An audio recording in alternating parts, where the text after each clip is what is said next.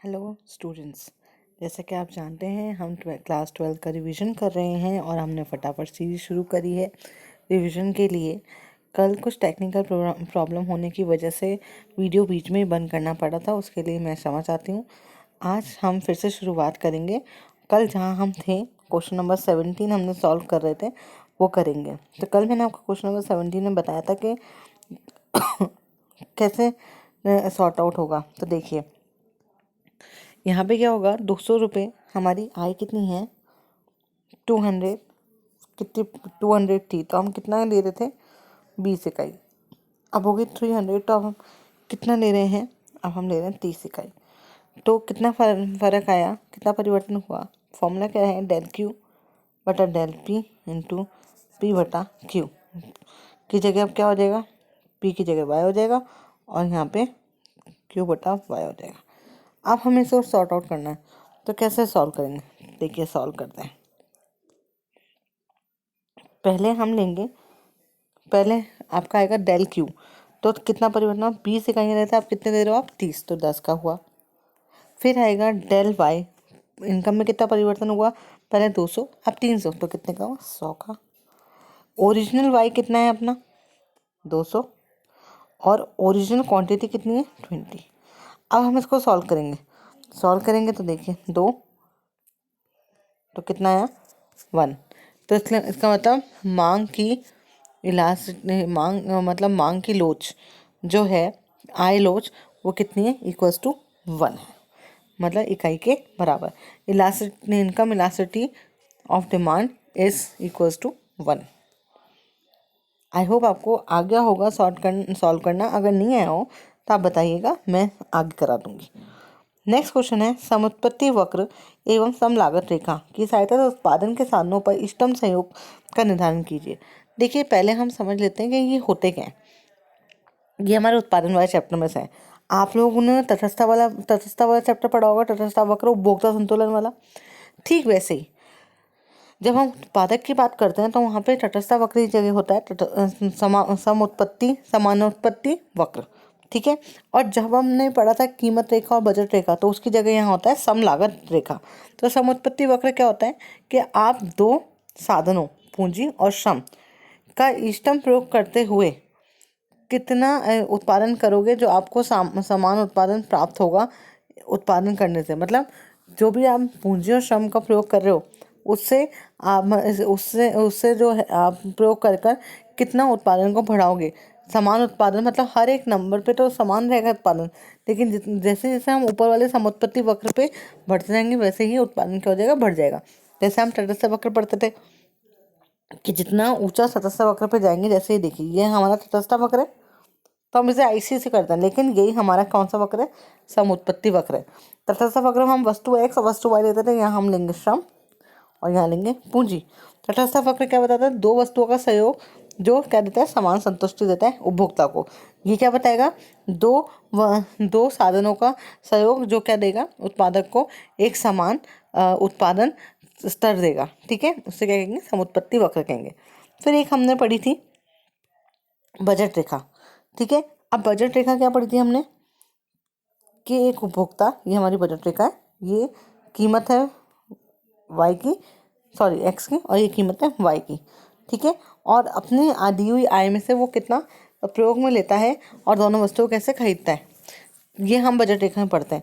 तो यहाँ पे बजट रेखा क्या होती है कि उपभोक्ता दी गई आय को दोनों वस्तुओं पर उसकी निश्चित कीमत पर खरीदता है और अपने स्तर को प्राप्त करता है, वो क्या होता है, बजट रेखा। मतलब उसके बजट में दोनों वस्तु आ रही है और कितना वो उस पर खर्च कर रहा है, मतलब जितना उसके पास पैसे हैं उतना ही वो दोनों वस्तुओं पर खर्च करेगा। ठीक है, तो इसे बजट रेखा का। तो ऐसे ही ये उपभोक्ता की बजट रेखा है, और ऐसे ही किसकी बजट रेखा होती है, जो उत्पादक होता है, जो बिजनेस कर रहा होता है, उसकी होती है, उत्पादन करता है, तो उसे हम क्या कहते हैं, समलागत रेखा कहते हैं। ठीक है, अब इसमें से आगे क्या पूछा कि दोनों की सहायता से हमें उसका संतुलन बताना है। तो हमने हमने उपभोक्ता का संतुलन पढ़ा था, जहाँ हमने पढ़ा था कि तटस्थ वक्र क्या होना चाहिए, उन्तोदर होना चाहिए, और तटस्थ वक्र जो है वो बजट रेखा से स्पर्श करता होना चाहिए। तो यहाँ पे भी वही वही फॉलो होगा। और हम इसमें क्या बता देंगे, दोनों को मिलाकर और बना देंगे IQ। ठीक है, अब आपका सवाल ये होगा कि आपने, उसमें तो हम आगे वाले में जा रहे थे, पर इसमें हम, एक मिनट मैं आपको ढंग से बता देती हूँ, इसमें हम पीछे क्यों जा रहे हैं। क्योंकि एक उत्पादक होता है, उपभोक्ता का तो क्या होता है कि ना, वो सोचता है कि वो जितनी संतुलन संतुष्टि प्राप्त कर सके उतना वो आगे बढ़ेगा। ये पढ़ा था कि जितना ऊंचा तटस्थ वक्र होगा उतनी उसकी संतुष्टि क्या होगी, ज़्यादा होगी। लेकिन यहाँ पर क्या है, यहाँ पर उत्पादक के दो उद्देश्य होते हैं। पहला उद्देश्य क्या होता है कि कम लागत में उसे वही उत्पादन कर सके, और या फिर जितने साधन हैं उसके बाद उपलब्ध हो उसमें वो ज़्यादा से ज़्यादा उत्पादन कर सके, उसे लाभ हो। तो यहाँ पर अगर हमने ये रेखा बनाई उसमें 100 रुपये खर्च हो रहे हैं और ये रेखा है इसमें 50 ही हो रहे हैं, तो उत्पादक है वो 100 पे जाएगा कि 50 पे जाएगा, वो 50 पे जाएगा। तो उसका जो, जब ये दोनों एक दूसरे से स्पर्श करेंगे, सम उत्पत्ति वक्र और सम लागत वक्र, तो हमें क्या प्राप्त होगा, हमें क्या प्राप्त होगा, हमें है ना उच्चतम बिंदु या इष्टतम बिंदु प्राप्त होगा, किसका, उत्पादक का। ठीक है, तो इसे ही कहते हैं उत्पादक का या उत्पादक का या विक्रेता का संतुलन बिंदु। आगे पढ़ते हैं। आप पूर्ण प्रतियोगी बाजार की कोई 3 विशेषताएं बताइए। हमने 2 प्रतियोगी बाजार पढ़ने हैं, एक तो है पूर्ण प्रतियोगी बाजार और एक होता है अपूर्ण प्रतियोगी बाजार। पूर्ण प्रतियोगी बाजार जो होता है उसमें जो क्रेता और विक्रेता होते हैं वो अनेक होते हैं, जिनका बाजार पे कोई असर नहीं पड़ता। ठीक है, वो इतने छोटे होते हैं कि बाजार पे कोई असर नहीं पड़ता, और जो उद्योग होते हैं बड़े, वही उनको कीमत का निर्धारण करके देते हैं। लेकिन अपूर्ण जो प्रतियोगी बाजार होते हैं, इसमें जो विक्रेता हैं वो एक भी हो सकते हैं, 2 भी हो सकते हैं, 10 से कम भी हो सकते हैं, या फिर अधिक भी हो सकते हैं। 4 तरीके के हो सकते हैं। ठीक है, अब पूर्ण प्रतिस्पर्धा बाजार में जो वस्तु होती है वो समरूपी होती है, मतलब समरूप मतलब एक समान दिखने वाली, आकार में, विकार में, हर तरीके में वो एक समान वस्तु दिखेगी। ठीक है लेकिन इस बाजार में, अपूर्ण बाजार में, जो वस्तु होती है वो वस्तु विभेद भी होगी और समरूप भी होगी। वस्तु विभेद कैसे, अब आप मार्केट में जाते हैं, अलग अलग तरह के सोप वगैरह आपको मिलते हैं, शैम्पूज मिलते हैं, तो उनके ब्रांड अलग हैं, उनके अंदर के जो इंग्रेडिएंट्स हैं वो अलग हैं। ठीक है, ऐसे ही सिम खरीदते हैं हम, सिम अलग अलग है या सेम है, सिम कैसी है, सिम भी सब दिखने में तो सेम ही है, वही चिप लगती है सिम में, तो वो समरूप वस्तु हो गई। जो नेटवर्क आता है, वो नेटवर्क जो आपकी जो रेस आती है वो भी सेम ही है, कोई अलग अलग कलर की थोड़ा ना आ रही है रेस, तो वो सब वस्तु कैसी है, वस्तु विभेद है, समरूप वस्तु है। ऐसी वस्तु है जो समान आकार में हो, समान दिखती हो, लेकिन एक होती है वस्तु विभेद जो आकार में, रंग में, विकार में अलग अलग हो। तो यहाँ पे दोनों तरीके की वस्तुएं पाई जाती हैं।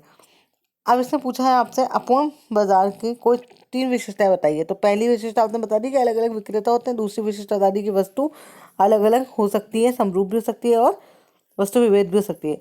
फिर जो पूर्ण बाजार होता है, पूर्ण प्रतिस्पर्धा बाजार, इसमें जो विज्ञापन की लागत होती है वो बहुत कम होती है।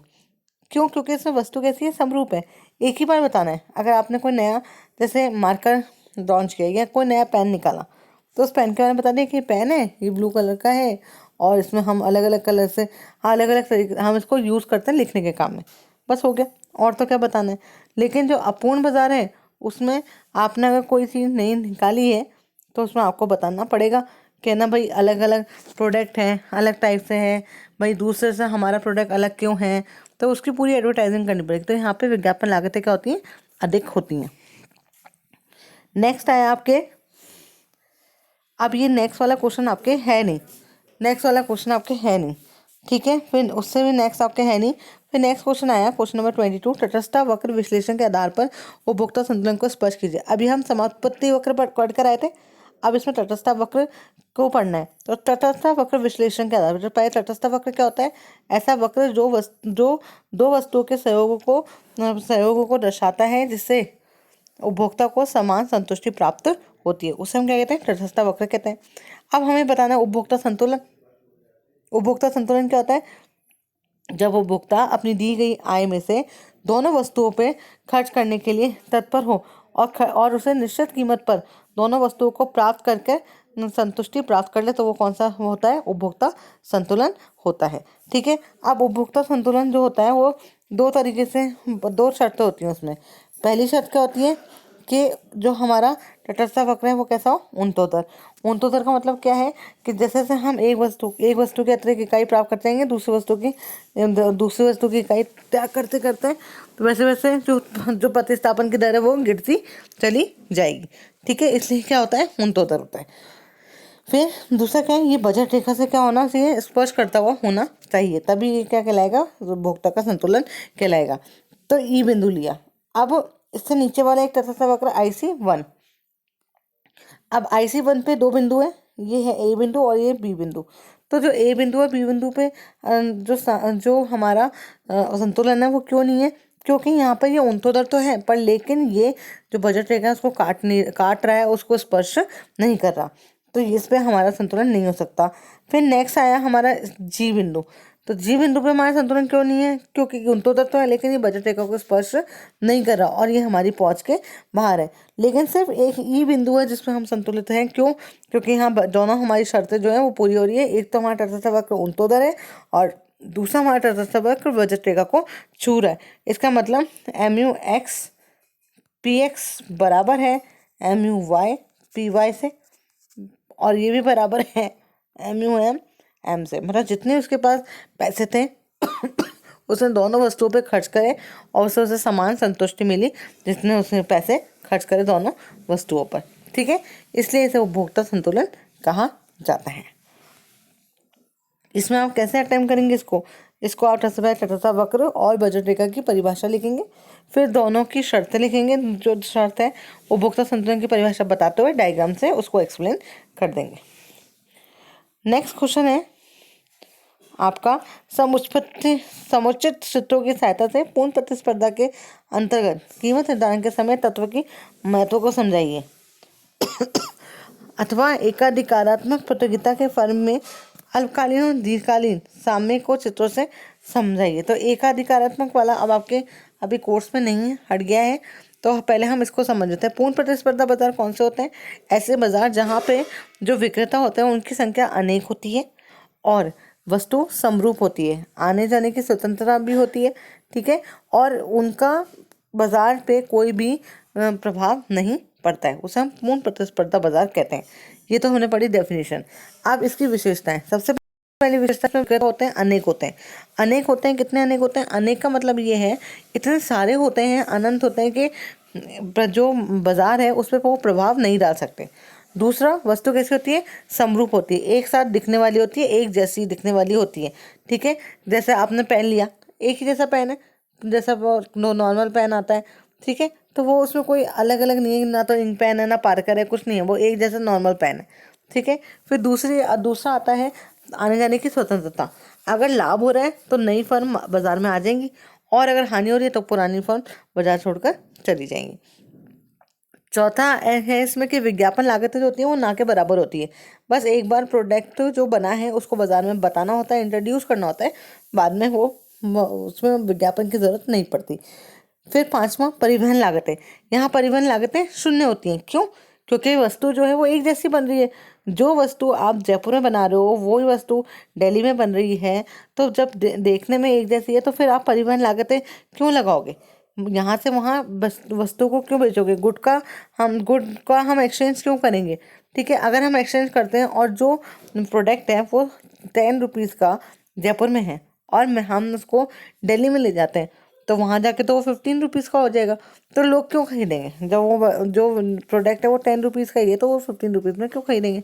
इसलिए इससे परिवहन लागतें ज़ीरो होती है। लास्ट है इसमें जो पूछा गया है, जो मांग वक्र होता है वो कैसा होता है? तो मांग वक्र हमेशा क्षैतिज अक्ष के समानांतर होता है, मतलब it is parallel to X axis. क्यों होता है? क्योंकि AR MR यहाँ बराबर होता है। क्यों? इसलिए क्योंकि जो जितने यहाँ पे जो कीमत होती है वो स्वीकारनीय होती है, फिक्स्ड होती है। और कौन करता है इसको निर्धारित? इसको उद्योग निर्धारित करते हैं।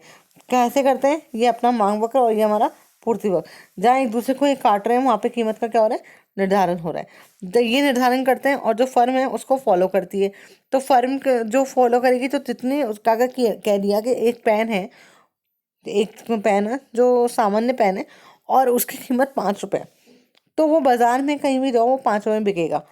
तो यहाँ पे क्या होता है कि जो दुकानदार होते हैं वो अपने एक अच्छे व्यवहार से अच्छे ग्राहक बना लेते हैं, और ग्राहक बनाने के बाद वो उनको ही देते हैं।